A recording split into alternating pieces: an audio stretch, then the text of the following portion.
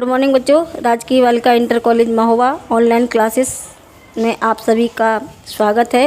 बच्चों, आज हम विषय मनोविज्ञान में पाठ 3 स्मृति एवं विस्मरण के बारे में पढ़ेंगे। बच्चों, स्मृति का मतलब है याद रखना और विस्मरण और विस्मृति का अर्थ समान है, जिसका अर्थ है भूल जाना। बच्चों, अब हम स्मृति के बारे में पढ़ेंगे।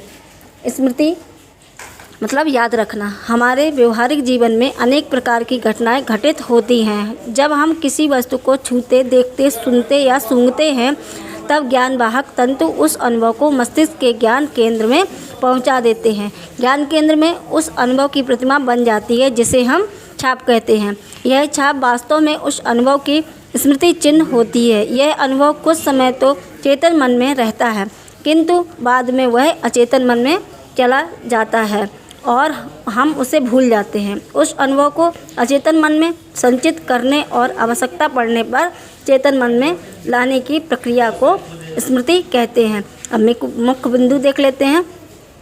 स्मृति अर्थ एवं परिभाषाएं।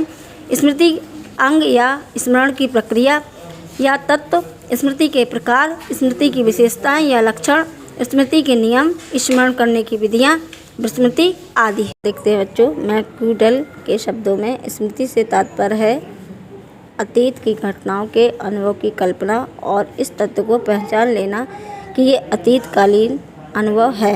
दूसरी परिभाषा है बच्चों वुडवर्थ के अनुसार, स्मृति सीखी हुई वस्तु का सीधा उपयोग है। तो अब विस्मरण का अर्थ एवं परिभाषा समझते हैं। प्रायः देखा जाता है कि हम किसी वस्तु या घटना को चाहे कितनी ही गहराई से क्यों ना याद करें, उसे एक दिन अवश्य भूल जाते हैं। इसे ही विस्मरण या विस्मृति कहते हैं। धारण की असफलता ही विस्मरण है। मनुष्य के सफल जीवन के लिए स्मृति जितनी आवश्यक है, विस्मृति भी उतनी ही आवश्यक है। अच्छी स्मृति का एक महत्वपूर्ण लक्षण व्यर्थ की बातों को भूल जाना ही अच्छा है। जो अब विस्मरण का अर्थ एवं परिभाषा देखते हैं। भूतकाल के किसी अनुभव को वर्तमान चेतना में लाने की असफलता को विस्मृति कहते हैं। अब परिभाषाएं देखते हैं। प्रोफेसर मन के अनुसार, सीखी हुई बात को स्मरण रखने व पुनः स्मरण करने की असफलता को विस्मृति कहते हैं। फ्रायड के अनुसार, विस्मरण वह प्रवृत्ति है जिसके द्वारा दुखद अनुभवों को स्मृति से अलग कर दिया जाता है। विस्मरण या भूलने के कारण देखते हैं। पहला पॉइंट है रुचि ध्यान का नहीं होना या कम होना।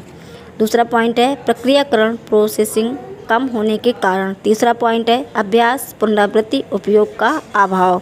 चौथा पॉइंट है सीखने वाले की आयु प्रभाव के कारण। पांचवा पॉइंट है कोई शारीरिक दुर्बलता, चोट, बीमारी या मस्तिष्क आघात का कारण। छठवां पॉइंट है चिंता, तनाव, भय, क्रोध या कोई द्वंद्व आदि सामान्य बुद्धि प्रभाव, किसी में कम किसी में ज़्यादा।